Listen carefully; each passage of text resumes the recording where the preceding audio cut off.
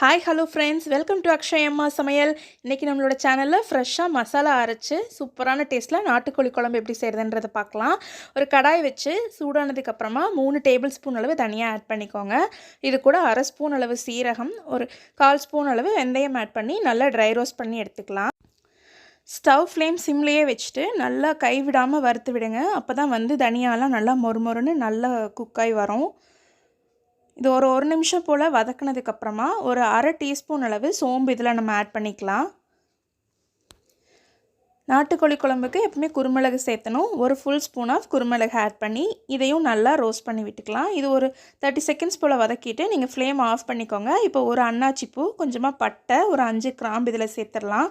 நான் சுருள் பட்டைன்றதுனால கொஞ்சம் அதிகமாக சேர்த்துருக்கேன். நீங்கள் நார்மல் பட்டை கொஞ்சம் கம்மியாக சேர்த்துக்கோங்க. அது ஒரு பிளேட்டுக்கு ட்ரான்ஸ்ஃபர் பண்ணிவிட்டு அதே கடாயில் ஒரு கையளவு சின்ன வெங்காயம், ஒரு கொத்து கருவேப்பிலை, 10 வரமிளகாய் சேர்த்து லைட்டாக ஆயில் விட்டு இதையும் கைவிடாமல் வதக்குங்க. இந்த வெங்காயம் எந்தளவு வதங்கி வருதோ அந்தளவு இந்த குழம்பு ரொம்ப டேஸ்டியாக இருக்கும்.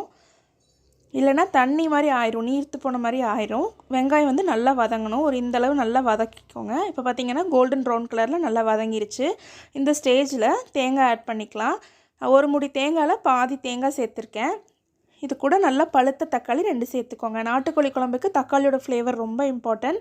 அதனால் நல்லா பழுத்த தக்காளியாக இருந்தால் 2 சேர்த்துக்கோங்க. கொஞ்சம் காய் விட்டால் இருக்க மாதிரி இருந்தால் ஒரு 3 தக்காளி சேர்த்துக்கோங்க.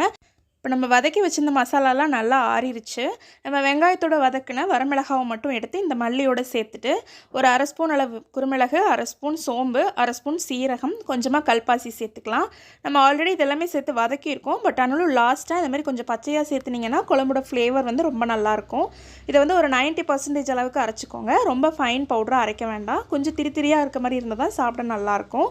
அதை ஒரு பிளேட்டுக்கு ட்ரான்ஸ்ஃபர் பண்ணிவிட்டு அதே மிக்ஸி ஜாரில் நம்ம வதக்கி வச்சுருந்த வெங்காயம், தக்காளி, தேங்காய் ஆட் பண்ணி கொஞ்சமாக மஞ்சள் தூள் சேர்த்து இதை ஃபைன் பேஸ்ட்டாக அரைச்சிக்கலாம். பவுடர் மசாலா கொஞ்சம் திரியாக இருக்கணும். இந்த மசாலா ஃபைன் பேஸ்ட்டாக இருக்கணும். அப்போ தான் அந்த குழம்பு சாப்பிடும்போது பீசஸோடு சாப்பிடும்போது நல்லாயிருக்கும் சாப்பிட. இப்போ ஒரு கடாய் வச்சு ஒரு 3 டீஸ்பூன் அளவு நல்லெண்ணெய் ஆட் பண்ணிக்கலாம். எண்ணெய் கொஞ்சம் சூடானதும் 1/4 ஸ்பூன் அளவு கடுகு சேர்த்து பொரிஞ்சதும் ஒரு கொத்து கருவேப்பிலை சேர்த்து வதக்கிக்கோங்க. இப்போ இதெல்லாம் நல்லா பொரிஞ்சதுக்கப்புறமா நம்ம கட் பண்ணி வாஷ் பண்ணி வச்சுருக்க நாட்டுக்கோழி இது மாதிரி ஆட் பண்ணிக்கலாம். இது கூட நம்ம அரைச்சி வச்சுருந்த பவுடர் மசாலாவையும் சேர்த்து ஒரு நிமிஷம் போல் நல்லா வதக்குங்க. இந்த மசாலா ஃபுல்லாக அந்த சிக்கனோட நல்லா பைண்ட் ஆகணும். லைட்டாக தண்ணி விட ஸ்டார்ட் ஆகும்.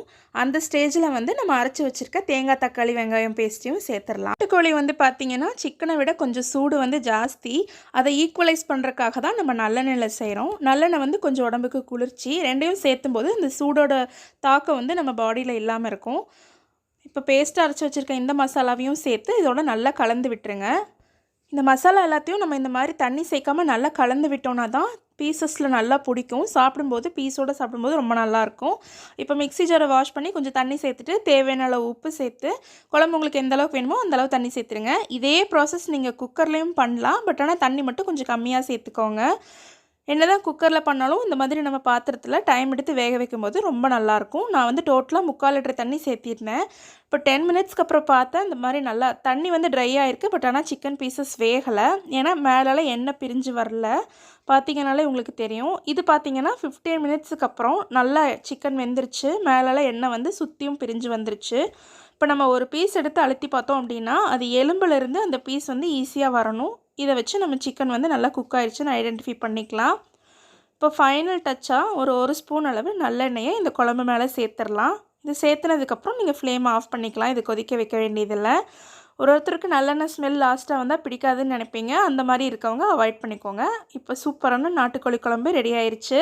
சுட சுட சாதத்தோடையும் இட்லி தோசையோடையும் சாப்பிட ரொம்பவே டேஸ்ட்டாக இருக்கும். ஃப்ரெஷ்ஷாக மசாலா அரைச்சி செய்கிற குழம்போட டேஸ்ட்டே ரொம்ப தனி தான்.